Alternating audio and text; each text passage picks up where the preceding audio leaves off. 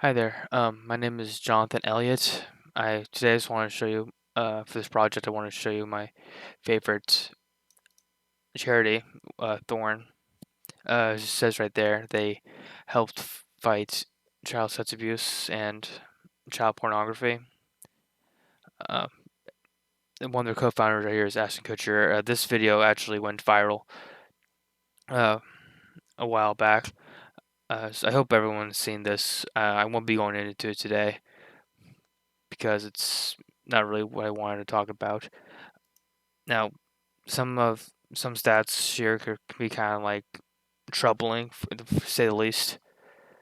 Like just how big that number is, and that's just the kids they identify. There's people out there that've been, yeah. Try not to think about it too much. Honestly, I've been looking at this type of data for a while, and well, when I first got into like wanting to get involved with all this or trying to help out any way I can, well, I started like get really angry and stuff. So that's why I started going into it. But what I learned is you can't really be angry all the time when you're dealing with this. You have to have a level head and be able to actually think through these issues. Um, so that's what something you should always work on. But however, this number that's just not high enough for me. I really, it's only 103 kids. We can do a lot better. It's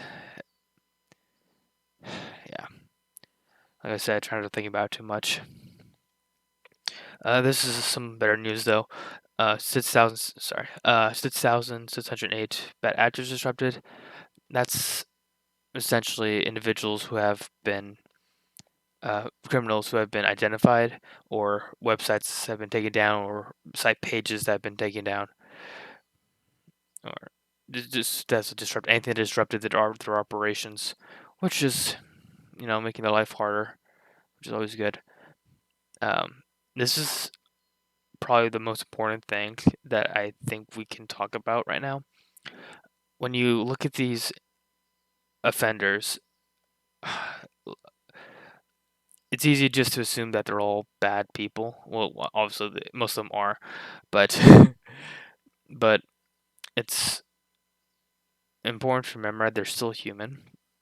There are pedophiles out there right now that have chemically castrated themselves so they can avoid offending, and I wish there were more of them out there. People who recognize that they have a problem and are actually actively fighting to stop it. But with such like nobody wants to help the pedophile, they're stigmatized to the point where they can't. There's very few resources for them. It's not like they're heroin addicts or crack addicts or today, where there's lots of help. Um, Everyone like nobody wants to help the pedophile. Even so yeah, but it's always important to keep the deterrence up for these individuals. Let's look at what they've actually been doing here. One thing, let's get back to the technology. One really cool. Oh, so actually, we should look at this first. Only 4,000 files, nearly 500,000 files in 2004, and 25 million 2015. That's like 9 years difference. The growth is dramatic, and we can only expect to see it grow more at this rate. Um, yeah, lots of them being sold into this shit, and this is a really sad statistic here. Runaways and a lot of these individuals are also from the foster care system. It's not, God, it's so much work to be done.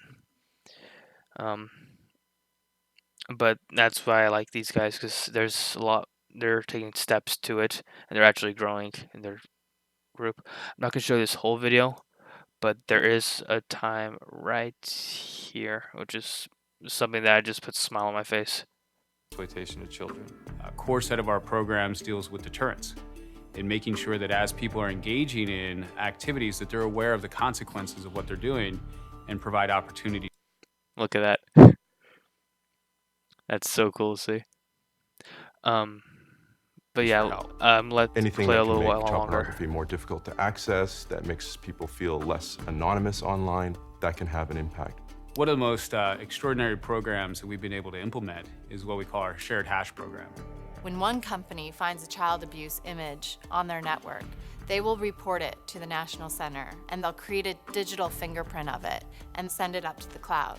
And all the other participating companies can pull that fingerprint down and find that image on their network. And what this results in is more rapid identification and removal of this content across the internet, and ideally will lead to quicker identification and rescue of these children. So that's essentially the most important project these guys have. Uh, is called right here the Spotlight Project.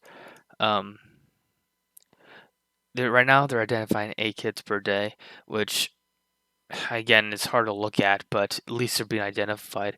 It helps the law enforcement individuals. It helps law enforcement like be able to track them down, like learn patterns faster and more effectively. I have a feeling I'm coming to the end of the video right now. I just want to show you one more thing.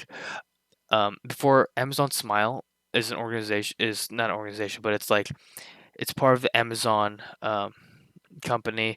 It's essentially if you just type in right here, I have it lined up, smile@amazon.com. Any purchase you make, it'll just take you to the Amazon website, and any purchases you make can be directed to a charity of your choice. And Thorn is on that charity list. Um, so I don't have to ask you to donate. Like, if you feel like you need to donate to help support the work, then feel free to do so. But at the very least, if you haven't have an Amazon Smile account already, please consider Thorn to please consider Thorn before you set up your Amazon Smile account before you do your Christmas shopping this year. Um, thank you very much. Have a good day.